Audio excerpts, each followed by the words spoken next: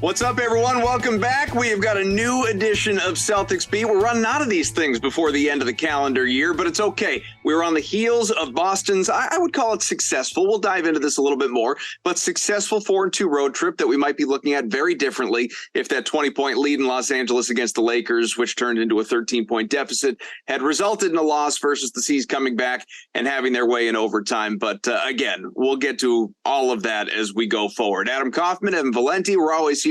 And we've got new blood on the program, which is nice every once in a while, right? You guys, you're used to hearing all the same voices or seeing all the same faces, a rotation of great national and beat people that we have on, occasionally the former athlete or even celebrity. But every once in a while, it's just good to mix in someone who's brand new, who admittedly, as we welcome in Jackson Frank from, I feel like I'm selling you short. I said Dime Magazine off the top of the show, which is true, but you're everywhere. You're all over the place. You had a piece on Grant Williams the other day in SB Nation. I've seen you in a bunch of spots. You can certainly promote yourself. But I got to say, meeting you for the first time, my only disappointment is I thought we were going to get someone who willingly has a mustache come on this show, as is your avatar on Twitter. Because you caught me in probably the two week of the last 6 months that I haven't had one. I had it for a while. I was getting a little unruly, and I just decided to go clean cut. But yeah, if you would interview me in a week from now, I would have been mustachioed. Is that the proper word? I don't know exactly, but I like that. I like that. You caught me at the wrong 2 week interval of my year, I guess. Not a lot of people not named Tom Selleck opt to have the mustache in 2022. So it was really going to be a special treat for our, not the listeners, I guess, but for our viewers anyway. Well, frankly, a lot of people can pull that off, Jackson. It's just, it is an impressive piece of hair. I will formally apologize now to the viewers that I don't have the mustache for everyone. We welcome you onto the show, obviously, and you are here in large part. You got our attention because you've been writing, certainly not exclusively, but quite a bit lately about the Celtics. You had a piece just in the last couple of days about Grant Williams, which I tweeted out just before we started this recording. I really enjoyed that, and we'll expand upon sort of the intricacies of that piece. And a couple of weeks ago, you talked about this historically great offense that the Celtics were possessing at the time and really still are, outside of a couple of hiccups against the Warriors and Clippers on this trip. So I guess just before we kind of get into all the nitty gritty of what you've been watching and writing about, what has stood out to you most, whether it's impressive, not impressive? I mean, take it however you want, but what has stood out to you most about these Boston Celtics this year, what they've done under Joe Mazzulla versus the club that we saw go to the NBA Finals just a few months back? Yeah, I think what stands out most is it's honestly a lot of similar themes to what we saw during last year's regular season over that 26-6 stretch. I think they're a little bit more efficient offensively in terms of like how far above league average they are, but people kind of forget that they were the number one offense, I think, over that 26-6 run. It was just when they happened to meet the best defense in the NBA with a bunch of really good defenders, they faltered a little bit. But what stands out most right now is how much spacing they have, the ball movement. In that article, when I broke down the offense, I wrote that you can tell that Horford and Tatum and Brown and Smart have played together for basically half a decade. Even Grant Williams is now in year 4 with Jaylen, Jason, and Marcus. Year 3 or year 2 or year 3 with Al. I can't remember. I think year 2. Since he had the 2-year sabbatical from Boston. But that's the biggest thing. The ball movement. They rank really highly in assist rate, and they're driving more successfully. I know they don't get a ton of shots at the rim, but with the addition of Malcolm Brogdon, with Marcus Smart really leaning into that full-time point guard role that we saw over the second half of last year, they're able to get downhill a lot. And I think it's going to be even cooler to see once they get Robert Williams back, which wouldn't necessarily say imminent, but it seems pretty close. That's going to be interesting too, with adding a lob threat. You can tell how much they miss Al Horford right now with, I think Blake Griffin's done some decent things, but he just nobody guards him. Nobody guards him. He's not a lob threat at this stage of his career. So when they're healthy, even without Robert Williams, you can just incredible how much space they have. All these different guys who can pass, dribble, and shoot. It's just been kind of a masterpiece in offense, and that like anytime anyone gets the ball, they're a threat to attack a closeout or make the right pass or shoot from 3. And that's pretty impressive to go 7 deep in that regard. I want to say maybe 8 deep.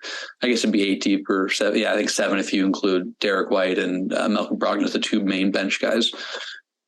I'm glad you brought up Rob as it relates to the offense, because normally when we talk about Rob Williams, obviously it's about the defense. You know, he's the best individual defender, arguably, on this team. No disrespect to Marcus Smart, the reigning defensive player of the year, but we know, what Rob brings and what he does and how different this looks when he's not available, especially on this trip with Al Horford. And congrats to the Horfords on a new baby when he is not available either. But, you rely on Blake and Luke Cornett and Grant, and you see what happens basically, and sort of defend from maybe from the outside in versus the inside out in some different ways. But I think, Evan, was it last week Keith Smith was on the show? All these shows blend together, but we were talking with Keith about just this offense and how historically great it's been, how great it's been this season, but how can it go another step? How can it evolve when Rob Williams is healthy? And it's possible, Jackson, that Rob is, people thought he was going to return on the road trip. Didn't happen. He was on the trip, but he didn't play.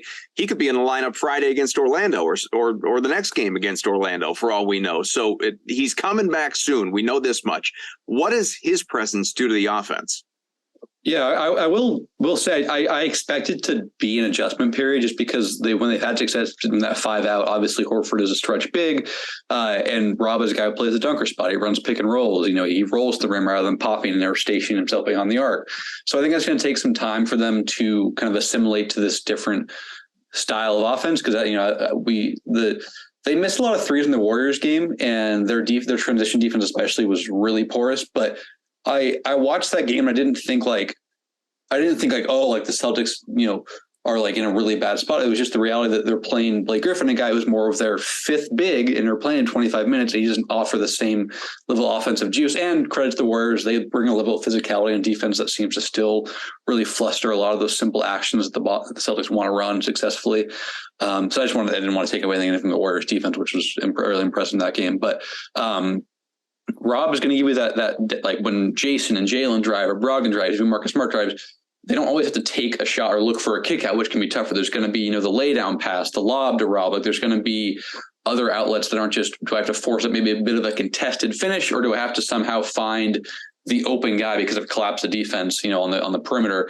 I think that's something the Warriors kind of exploited well. And what they did well in the finals last year too, is that they're impressively good at like rotating in, but also not giving up an open three. And I think that's kind of what the Celtics struggle with in that game. So I'm curious to kind of see when and how quickly they can adjust to, we have, one of the best lob threats in the NBA there. We don't have to always force a kick out to a guy. So that's the biggest thing. They don't really have anyone that's like, we can just get a really easy bucket at the rim. Obviously, Jalen's a very good driver. Jason's gotten to be a very good finisher and driver, but it's different when you can just toss it up versus like, okay, I got to take 6 dribbles and put my head down to get there. So that's the biggest thing, is just having a really, really good finisher who's incredibly quick off the ground, giant catch radius. Just provides a different look than someone like Rob or Grant when you're running those double big lineups. I know Grant is shorter than Jason. He's about 6'6", but just a different look when you don't have to, I think that they're a really good 3-point shooting team, but there is some truth to the fact that at times it is nice to just get a point blank shot. Even if there's a great corner 3 look, it's nice to just dunk the ball through the hoop rather than relying on a 40% 3-point shooter from 25 feet away.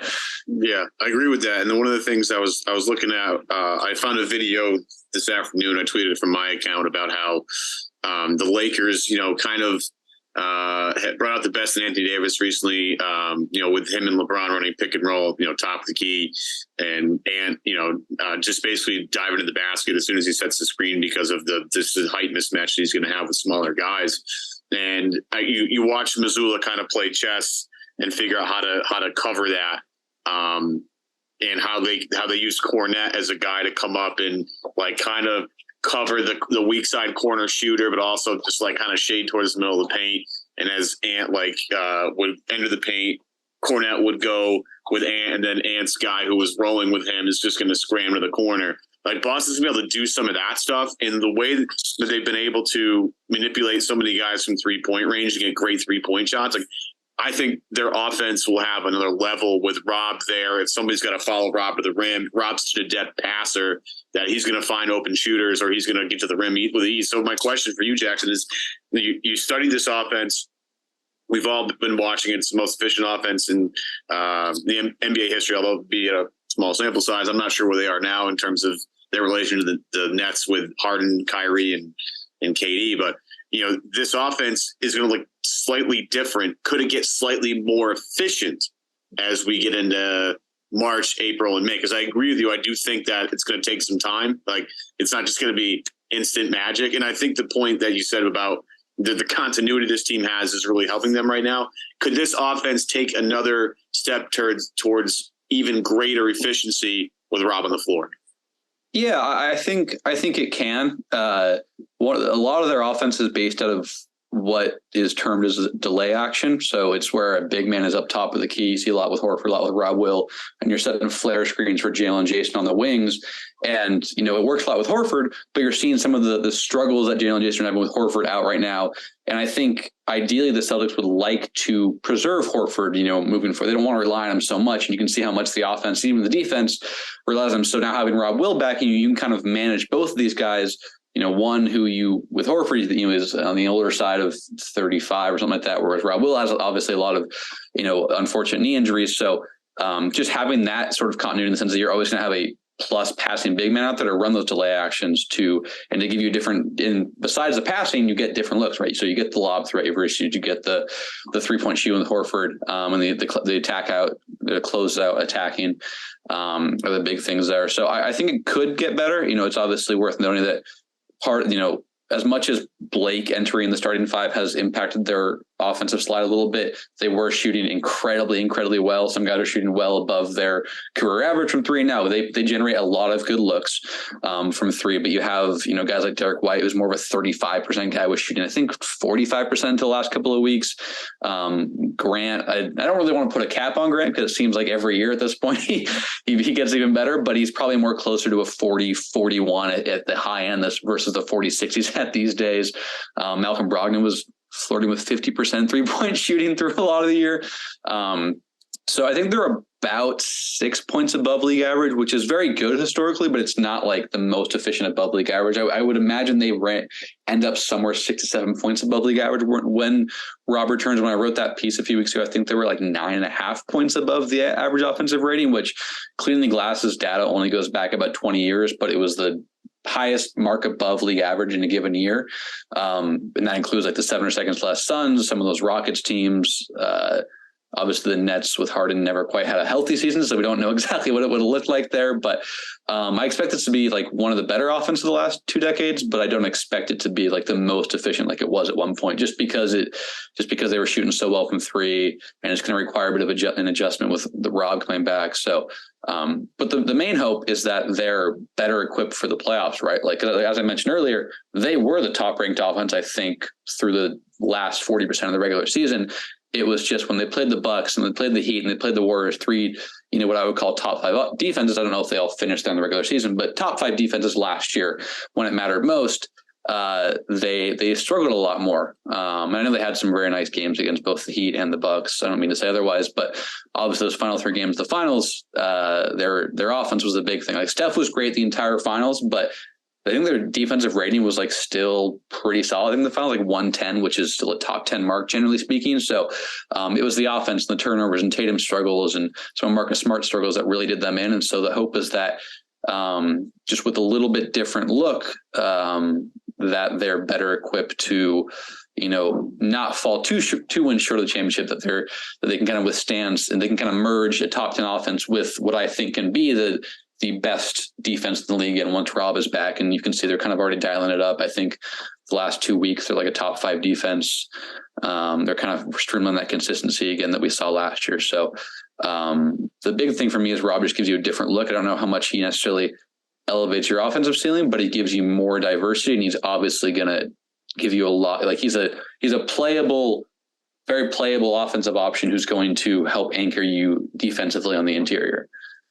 Jackson, it feels like after every game lately, and look, national media loves, likes stars, but loves its superstars and perceived superstars and guys on the cusp. And, Jason Tatum, always it's, he's on pace to do that and break this Celtics record. He's on pace to do this and break this NBA record. Or he's the youngest guy in NBA history to do X. Yeah, I mean, you get where I'm going with this. And it feels like after every great performance, especially when you in prime time on national TV, dropped 44 points with LeBron James on the other side, he's consistently asked about his place in the most valuable player voting and how important that award is to him. And so there's no lack of attention to what Tatum has done and is doing on a national level, that almost to the point where it feels like, look, we're running out of superlatives. We're running out of things to say about this guy. Like, what's the point? I wonder, not locally. Locally, this is not the case. But nationally, is Jaylen Brown getting his due for his part in what is happening right now on the floor? And obviously,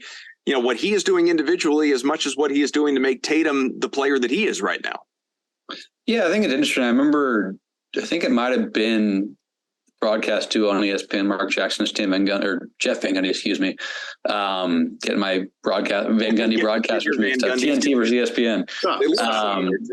I think it was one of them that heaped some praise on Jaylen's season, and he's been really, really impressive. I think what he's done well is carry over a lot of his strong postseason. Like, I thought last regular season, like compared to what he did the previous regular season, wasn't as impressive. Like, I just thought the defense there were more off-ball lapses. The offense wasn't as good. The passing didn't take another step like it did the year prior. This year it feels, but then in the playoffs, he was incredible in basically every regard. I felt like, and that feels like he's continued a lot of that. Like, I think the defense hasn't been as sharp, but I think that's a collective thing for the entire team for the most part compared to the playoffs last year. But the offense is really good. He's had some really impressive passes. I know there was that clip that went viral. He had against the Suns. He had that really impressive pass to Jason, and Jason kind of gave him a look like, I don't know, he quite had that passing read in you. But the scoring's really good. He's driving better than ever. Like, NBA.com has a driving stat, and it also can categorize it by like not just field goal percentage on drives, but like how often you're turning into points. And I think he's like doing, I want to say last I checked, like 75 or 80% of drives, which is really, really impressive. But shooting 50% from the field for the first time this year. Career 59% from two. He's about 54% the last few years. So that's a pretty big jump. With Tatum struggling in that game against the Warriors to score, Jaylen's ability to kind of create shots from mid-range and do it against tough contests is really impressive. So, we got still about a month and a half until, all-stars are finalized, or at least maybe the starters, or maybe the reserves, or maybe mid-February. But like, he's a guy that I would definitely have on my all-star ballot. And whereas last year in the regular season, I didn't have him there, obviously still a very good player, but I've been impressed with the way he's continued to kind of build upon last year's strong postseason. I think he continues to be quite good, kind of blowing up off-ball actions, navigating screens impressively for a guy of his strength. Like I said, he still is prone to get back. It kind of seems like something that's going to be just part of the Jaylen Brown experience. You take the small bad parts with the high-level good. But yeah, I think to an extent, Tatum's rise from like all-NBA, first-team all-NBA guy to MVP caliber has overshadowed Jaylen, which I think was the opposite for a bit. Jaylen's rapid improvement the last few years kind of was the main storyline a lot with the Celtics, whereas now it's like Tatum's the guy who's made the big leap and Jaylen's going to just be really good. And it's kind of like, oh, this guy has gone from all-star caliber to, someone we should consider for all-NBA. And it's getting overshadowed because his co-star is a top 3, top 4 MVP candidate. Maybe in some ways too, Evan, it's, Brown is just not as, he has his highlights. He's got his, impressive dunks and stuff that, goes viral. You see it on social media, all of it in the NBA, and NBA fandom does such an incredible job of making sure if there's something you need to see, then you're going to see it. But in some ways too, he's not, and I don't even think Jason Tatum, quite frankly, is a flashy player, but Jaylen Brown is not as flashy as Tatum, even, to where, like Jackson was just talking about, all-star candidacy. Jaylen, to me, is absolutely an all-star, and he will be on that roster. But as we know, starters are determined by voting, and Tatum is going to be voted an all-star starter. And I don't think Brown is going to be on the radar of fans in that way. Well, hang on. Help me out with, what's your definition of flashy? Because, like, I'm having a hard time labeling Jason Tatum as not a flashy player. I've seen a trillion highlights of him away against LeBron. Ja Morant is a flashy player. Oh, yeah. We had this conversation, at points last year when people were doing the whole, would you trade Tatum for Ja in this world where that deal exists? Like, I don't watch Tatum and feel like, obviously he stands out. He's a superstar. He's a top 5 player. He's arguably the MVP favorite right now. But, and Jackson, obviously feel free to contribute to this, but I don't watch Jason and feel like he is other than the occasional really impressive dunk, and he does a lot of really impressive things that don't stand out the same way during games. Like Ja's like in your face. You know what I mean? Like, I mean, he just dunks a lot. I'm not saying Ja doesn't do other stuff. Like a lot of the Ja has superhuman speed and is so slippery and can contort his body in very, very weird different directions. Right. But the loud dunks are what makes him a human highlight reel. Sure. You know, very similar to Zion. Like Zion's 360 windmill the other night was awesome. The game was already over. I think a lot, like there are very many plays that Jason has that are like flashy and highlight reel. You know, the sidestep threes with a hand in his face, the bucket he had around Draymond on that crossover. He can do it, but I think when you're like, if you're like power ranking, like let's say there's 25 superstars in the NBA, let's call them stars or whatever, that like the most like that's going to make it onto the NBA's top 10. You know, they do the top 10 countdown every week or every day.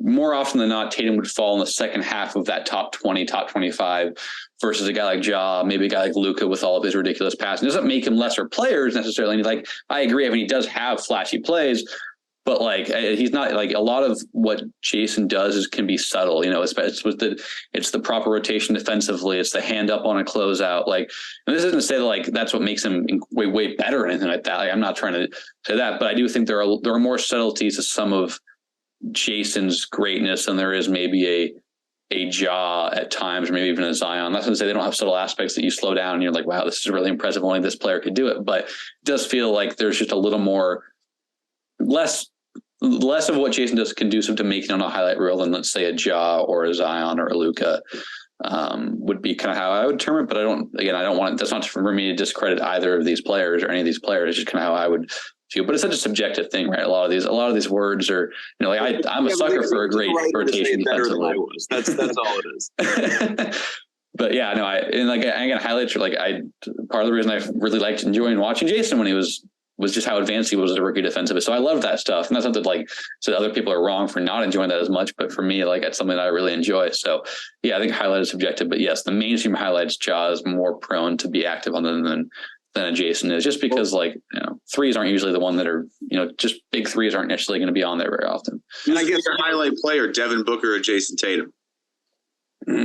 I think like probably the argument for either guy. I think probably Booker, because for me personally, I think Tatum is a better player than Booker, and part of that's because a lot of what Booker does is like tough contested shots, and he's great at them.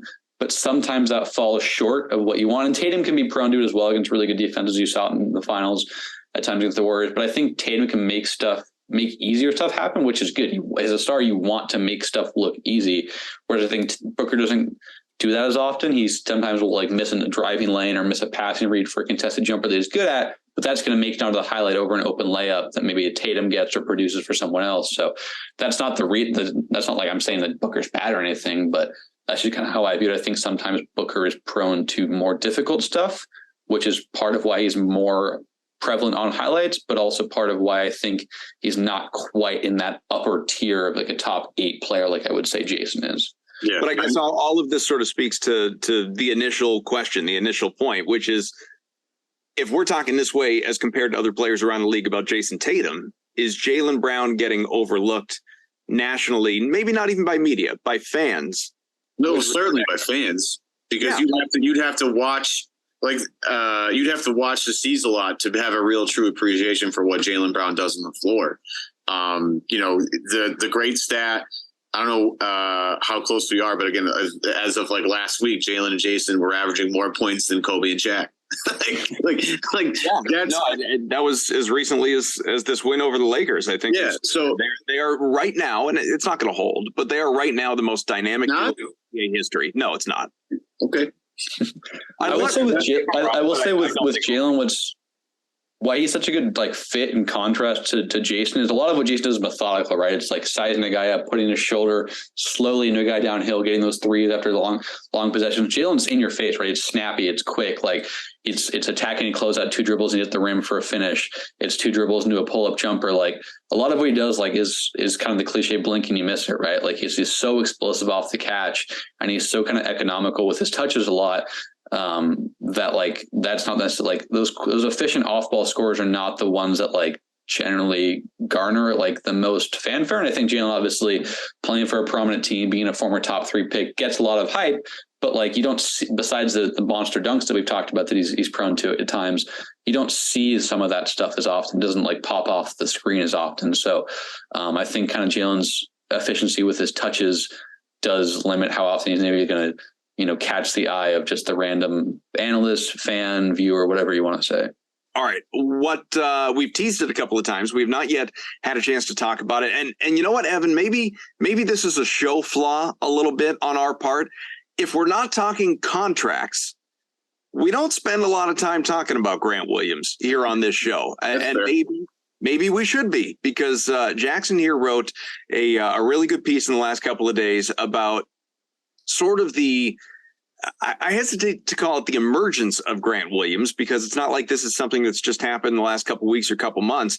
As Jackson outlined, he's a far cry from being the guy, Grant, that started 0 for 25 from 3-point range his rookie season, and then still shot like crap overall over the course of that year, 25% from long range. And then the next year was, still subpar, not even league average, to where we are now, where Grant is one of the best, at least statistically. I don't care what you think of him on a personal level. Statistically, he is one of the best 3-point shooters across the entire league.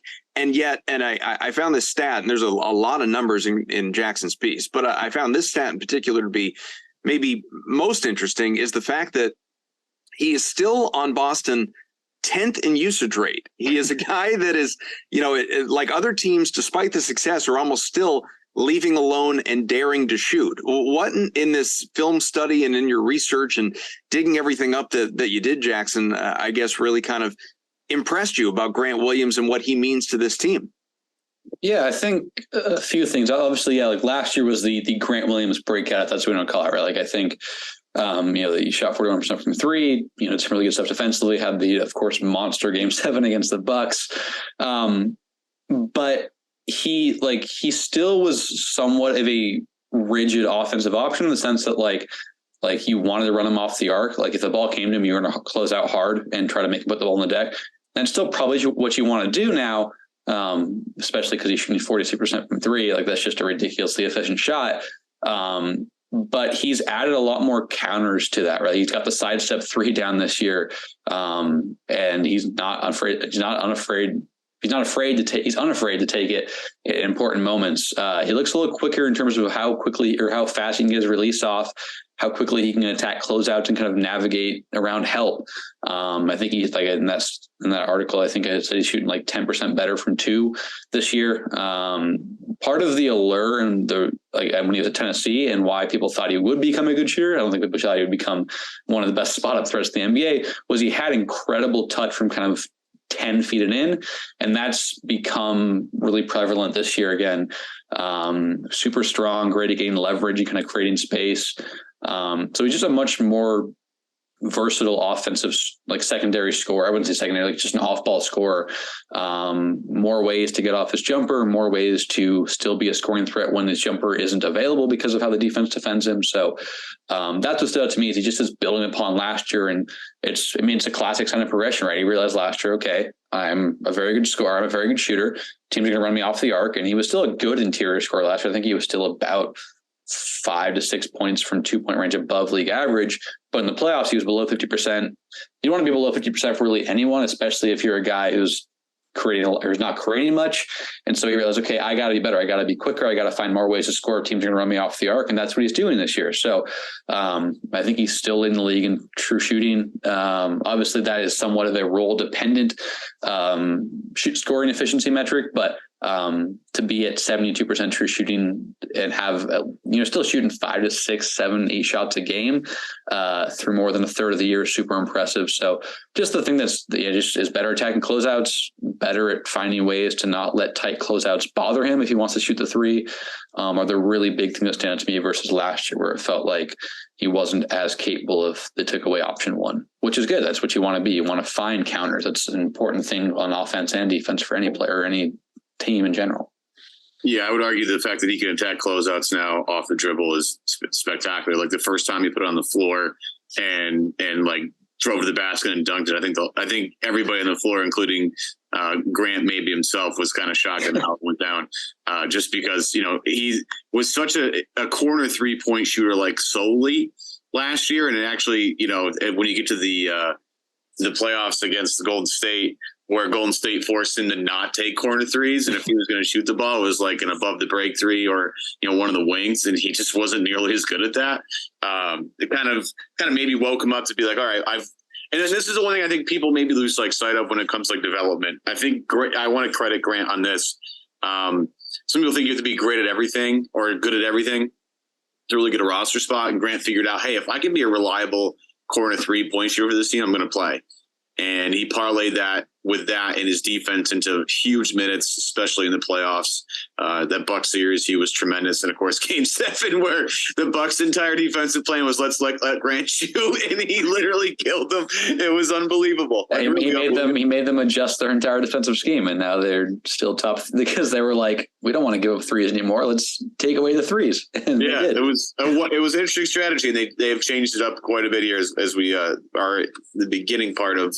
We'll say halfway through the season almost at this point. We're getting close to 2023. So crazy how quick it's gone by. But I do want to credit Grant for becoming just a slightly more versatile player on the offensive end, because being a standstill 3-point shooter is great. I mean, look at, PJ Tucker. Did he hit a shot yet? Because it was several games.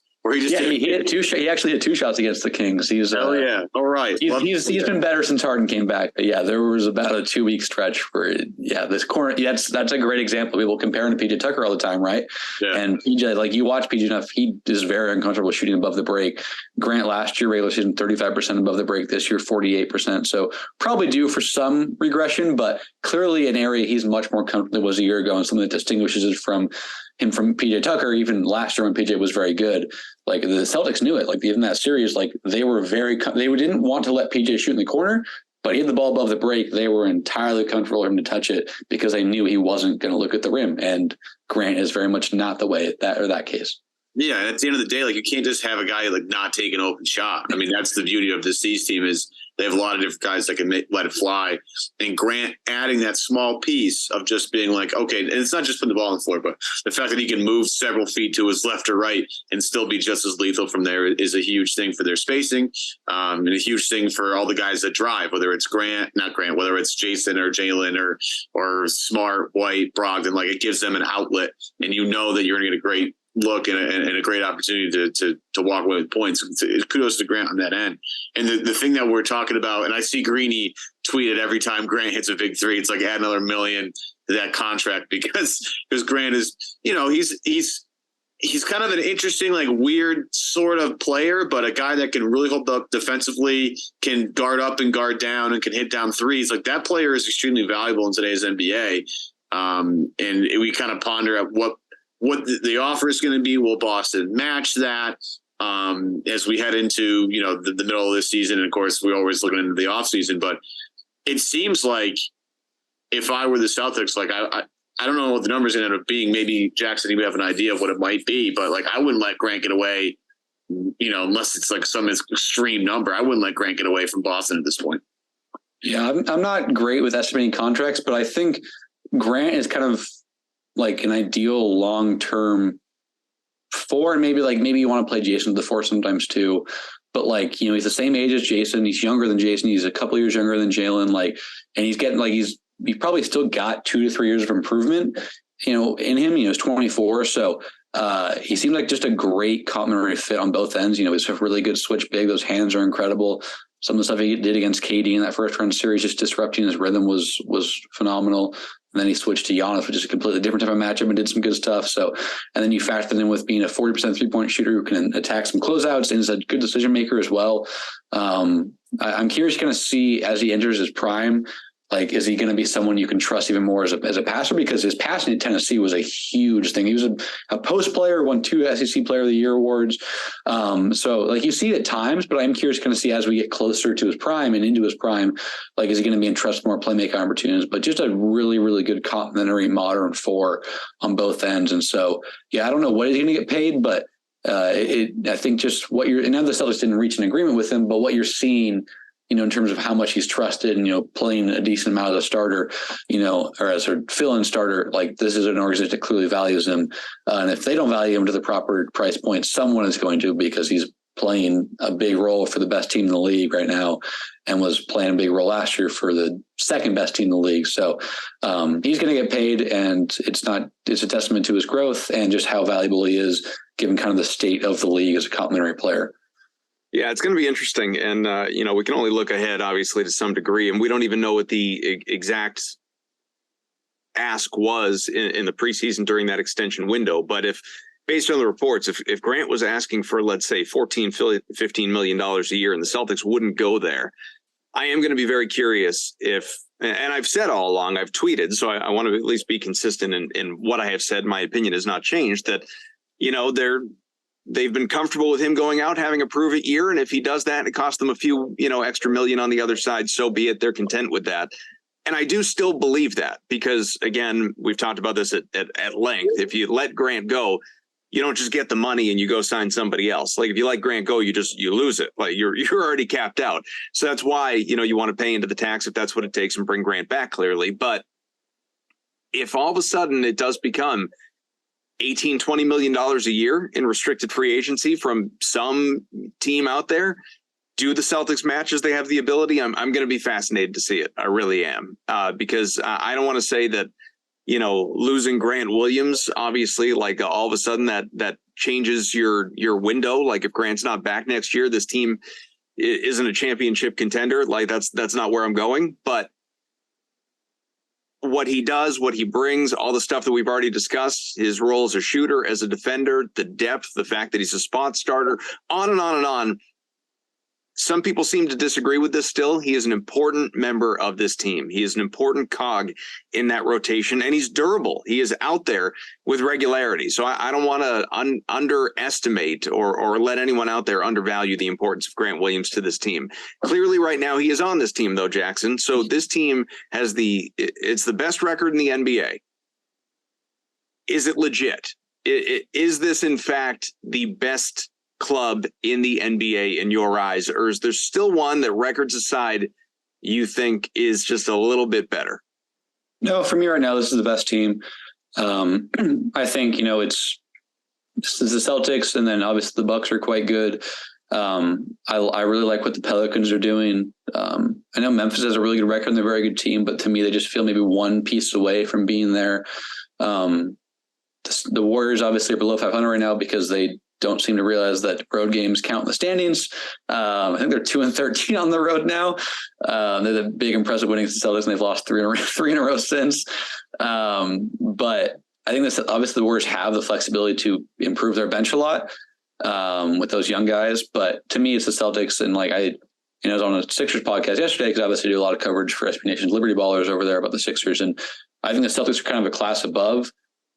But I think I know I've always kind of been a little lower on the Bucks of this core, and Bucks fans when they won the title rightfully gave me some flack, and I get that, but I can't quite get there again with them. I just think the Celtics are a tier above them. I trust the rotation more. I trust their kind of secondary star power more. Obviously, Giannis, Tatum's very good, but Giannis is better than Tatum. It's he's in a different kind of tier star power wise, but I just can't get there with their depth. So to me, I think the Celtics are kind of the undisputed best team right now. But again, and I think they're a much more conducive playoff success than the Suns were last year. But it is worth just mentioning that the last few years, the regular season hasn't actually been conducive or reflective of what the playoffs are going to look like, right? You have the Warriors, who were really good to start last year, and then injuries hit and they looked like they weren't good at all. You have the Celtics, who weren't good at all through half a year, and then they became the best team in the league. You have, a team like the Bucks that kind of coasted for a lot of the regular season the year they won. So it's just important to remember that regular season record isn't all of that. And so yes, I think the Celtics are the best team right now, but right now is 6 months before they want to be the best team. And I think they will be there, but it's just so tough with how differently every kind of title hopeful approaches the regular season these days to really know who's showing their hand. I don't think the Celtics are. I am curious to kind of see how much flexibility they have in their pocket. And they've shown some of that, but that was part of what made Udoka a very good coach last year was his flexibility. And so another first-year head coach in Missoula who's done a very good job. Just kind of does he have that same level of flexibility and encounters and whatnot is going to be important to monitor. But yeah, I think this is a very good regular season team who's also going to be a high level postseason team. But I don't know if I can say they're head and shoulders above every other team in the postseason. But right now, they absolutely scream the best team. And I know the Bucks are on the game behind, but I just don't quite trust them as much in a postseason setting. But they're very good right now. I feel like I'm a bit of a Bucks hater. I don't want to be, but they just aren't quite there for me. So yeah, the Celtics I think are legit. But yeah, it's a long game. It's a marathon, not a sprint, as every cliche indicates. If the Celtics reach the NBA Finals again this year and lose again to the Warriors or anybody else, who's coaching next year? Like you can't bring back Joe, right? Because I mean, you made it with I just think it depends on why they lose. I think it just depends why they lose. No, Joe Mazzulla is coming back. I just think it just depends on how they and why they lose and why they get that far. If it's that Mazzulla refuses to make adjustments, but Tatum and Brown and Smart, those guys are really, really good and get them to the finals, and then the lack of adjustments buried them, then yeah, maybe you consider it. But if it's Mazzulla's making counters, he's matching Bud, he's outclassing Nurse, or he's outclassing Bickerstaff or Rivers, whoever it is, and he makes adjustments, but the team just falls short because they don't have enough talent in the finals, then yeah, you bring him back. But that's all. I just think I am being completely sarcastic. If anybody out there, Mazzulla's been, I mean, I just figured let's go with a different head coach every year. Let's mix it up. Yeah, first year guy every year, just to see how long you can. Yeah, someone's going to win a title eventually, right? Yeah, maybe are you shocked at how well this team is operated, considering the turmoil? Yeah. I think it's funny. Everyone wants to talk about kind of like the vibes, right? And I think like what I've learned, covering the league now for like half a decade is vibes are super, super fickle. Like you enter the year and you look at like a team, like people were talking about like the Celtics vibes are bad, the Sixers vibes are good. They're hanging out, they're working out together. Like so the Sixers are in a good spot. And now the Sixers are like, okay. And the Celtics, because, they just have this continuity and they withstood the coach suspension and Rob Will being out. And they just, like, I think they're in a really good spot. But yeah, I'm surprised for sure. But I think it's just a testament to their continuity. Like, right. Like Mazzulla's only in his he's only his first year as coach, but he was on the staff last year. He was, he got to be around that team for 9 months. He's got a core of players that enjoy playing. They trust each other. And like those things can kind of be tossed around as cliche, but it's obvious to see with this team, like Tatum makes a cut. The ball is going to get past him. He's not going to get unrewarded. Things like that. Like they're just the ball movement is incredible. Like this is a team that played 60 games together last year and had quick chemistry and has also played together 500 games, 400 games, whatever it is. So, yeah, surprised, but I just think it goes to show you that like not shuffling in and out new bodies every year does help you a lot and makes it easier to weather some of these, storms. Jackson, what you need to understand here is Evan, and Evan is not alone. A lot of Celtics Twitter basketball fans in general feel this way. It doesn't matter who you root for. Evan's a vibes guy, and that's great. Like I think it's okay to be a vibes guy. But here's what I've noticed. I don't know if you guys, I hope you have. And if you haven't, I highly recommend it. It's streaming on HBO Max. If you haven't been watching the 4-part Shaquille O'Neal documentary, from Shaq to Shaquille to Shaq, whatever, it's been fascinating. It's everything that all of these player specific documentaries have wanted to be. HBO has done it right because it is not run from any of the turmoil, any of the conflict, any of the, like, it's Shaq is the subject and they're still bringing on people to crap all over him. Like, it's been great. And what this is hammered home, this documentary, and even aspects of The Last Dance, which was obviously phenomenal as well, is vibes are a load of crap. Like vibes only matter when you win and everybody is all kumbaya and all of that. Like Shaq and Kobe couldn't stand each other by the end, could not stand each other. And they still reached the NBA Finals and lost to Detroit. they still, even when they were winning titles on the back end of them winning 3 in a row, they were in the early stages of being at odds and constantly butting heads. Rodman couldn't have been a bigger pain in the ass for those late Jordan Pippen teams. Like, vibes are a load of, well, I almost swore, vibes are a load of crap. They are when you have like some of the best players in the history of basketball on it. Well, generationally speaking, but like if you're Trae Young and the Hawks, how's life right now?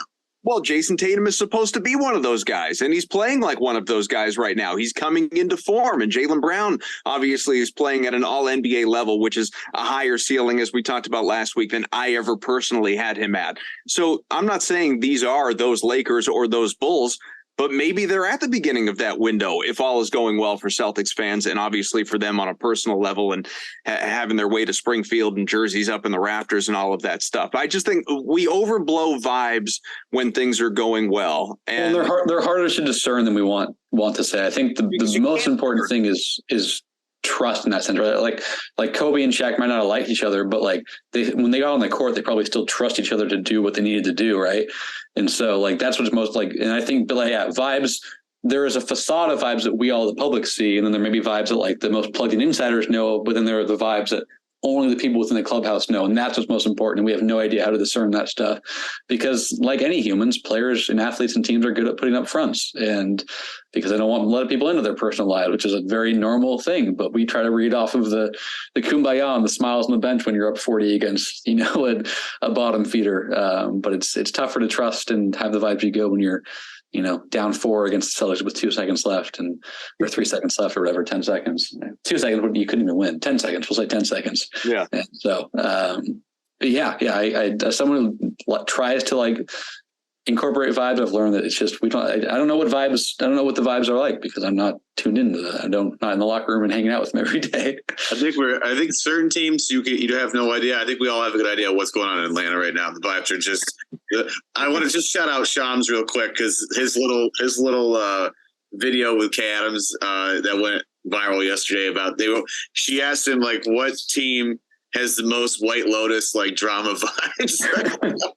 I thought we were shouting out that video because Kay so obviously has a crush on Shams. That's so. I don't know if it's a publicity stunt or not, but they're doing a great job of bringing attention to that show. I haven't tuned in a lot, but it's a pretty fun show. She asks good questions, and Shams is personable and stuff. But we only know the vibes of the Hawks because we get an insider's view, like from Shams, right? It's you can physically see how miserable that team is. That's fair too. That's what Trae does. Holy moly, man! I don't know. I the vibe.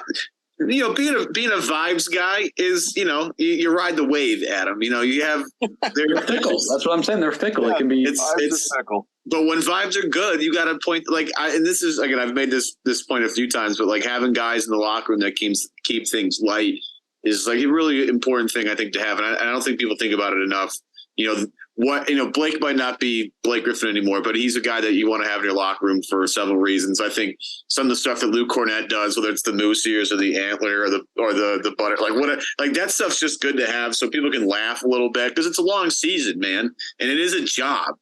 Like the Cornett contest is spreading, by the way. Embiid did it like 3 times against the Kings. I don't know.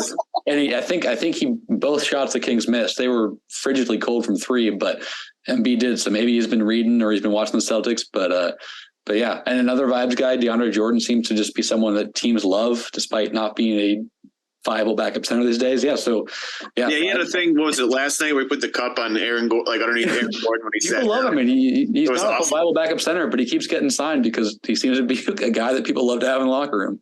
Yeah, you got it. Next time we have a player on the show, we'll ask all about vibes. I want to know players, because what you say, what Jackson says, what I say, none of it matters. I want to know what players think about these vibes.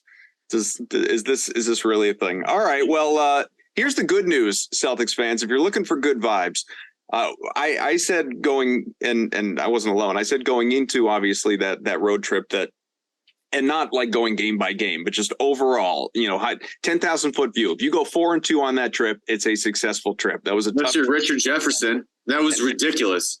What did Richard Jefferson He said it was a bad 4-2 road trip. I couldn't believe anybody. And Zach Lowe was like, that's ridiculous. Like they lost to Golden State, who's 12-2 at home, and like just is really a tough matchup for a lot of teams. You didn't have two. I mean, if we're still counting Rob, you're down 2 starters Right. for 5 of those 6 games. Right. Like, so, I mean, The Clippers turned in maybe their best performance of the year. So yeah, it's ridiculous to.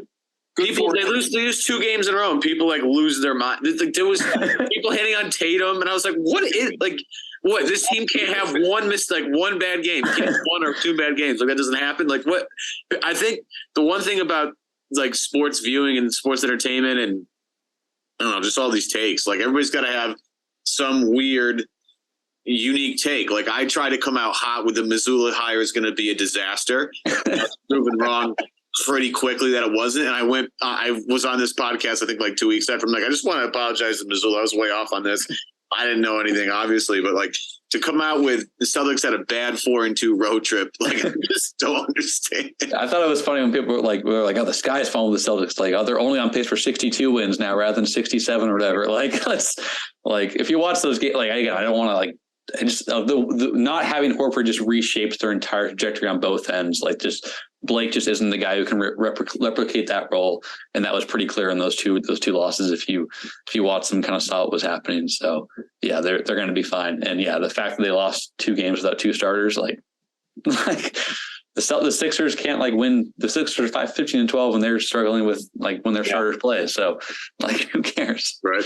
So I only bring up the road trip and yeah, these hot take shows. I don't even watch any of them because I like passion. Haters, Coffin. I just don't like the dumb. But I bring that up just to say that now the Celtics on Friday, as we sit here, it's a Thursday, but on Friday, the Celtics start a 7-game homestand. And here are your opponents. 2 against the Magic, who, in fairness, are playing well, but they are not a playoff. Whoa, dude. Are you kidding me?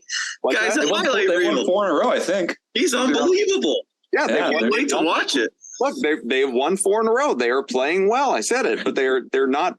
It's not a good team. And you're going to have Al back, and hopefully you'll have Rob back for at least one of these 2. You have 2 against the Magic at the Garden. You have Indiana, fringe play-in team. You have Minnesota, fringe play-in team at best right now, not even in the playoffs. You Milwaukee, who obviously. Unlike Jackson, I do hold the Bucks in very high regard. I hold them in high regard. I just have them below the Celtics. Let's be clear. I'm not an anti. I guess I view them as more of a threat, maybe. Okay, that's reasonable. Fair. The Rockets, who suck, and the Clippers, who I'm sorry, the Celtics are not going to lose to again. So that's, I mean, honestly, what is a successful homestand? I'm not even. This is where I'll go all Richard Jefferson. I'm not even sure 5-2 is good enough. I feel like 6-1 is where you have to finish this homestand or better. Quite frankly, if you're the Boston Celtics, you're rolling your eyes, you're shaking your head, you're furrowing off nights, man. It's just like. What does this trip need, this homestand need to look like for you to take us into, nobody gets hurt. To close out this year, as a matter of fact. Nobody gets hurt. As long as nobody gets hurt, I'm good. I don't really care about the results. I really don't. And I'll go back to the game in Orlando that they squeaked out a couple months ago where Tatum was like, look, we didn't have our best night tonight, but these games are really important to show us that, like, you know, even though we might have our best night, we can still win games. And like, again, at this point, I'm not like going to say I'm totally out on the regular season. I'm not. Obviously, there's important things going to happen. However, like I am just not going to get crazy over losing 2 games to 2 playoff teams. Like I'm really not. It's just in even losing to Orlando, like you're going to have bad nights. Like it's just going to happen. It's just a law of averages. But as long as everything looks good, you know, like everything looks like it's going in the right direction and everybody's healthy, like I'm fine. Like if they went 0-7 or something, then yeah, okay. Maybe I'm sorry if they like. We need to sound the alarm.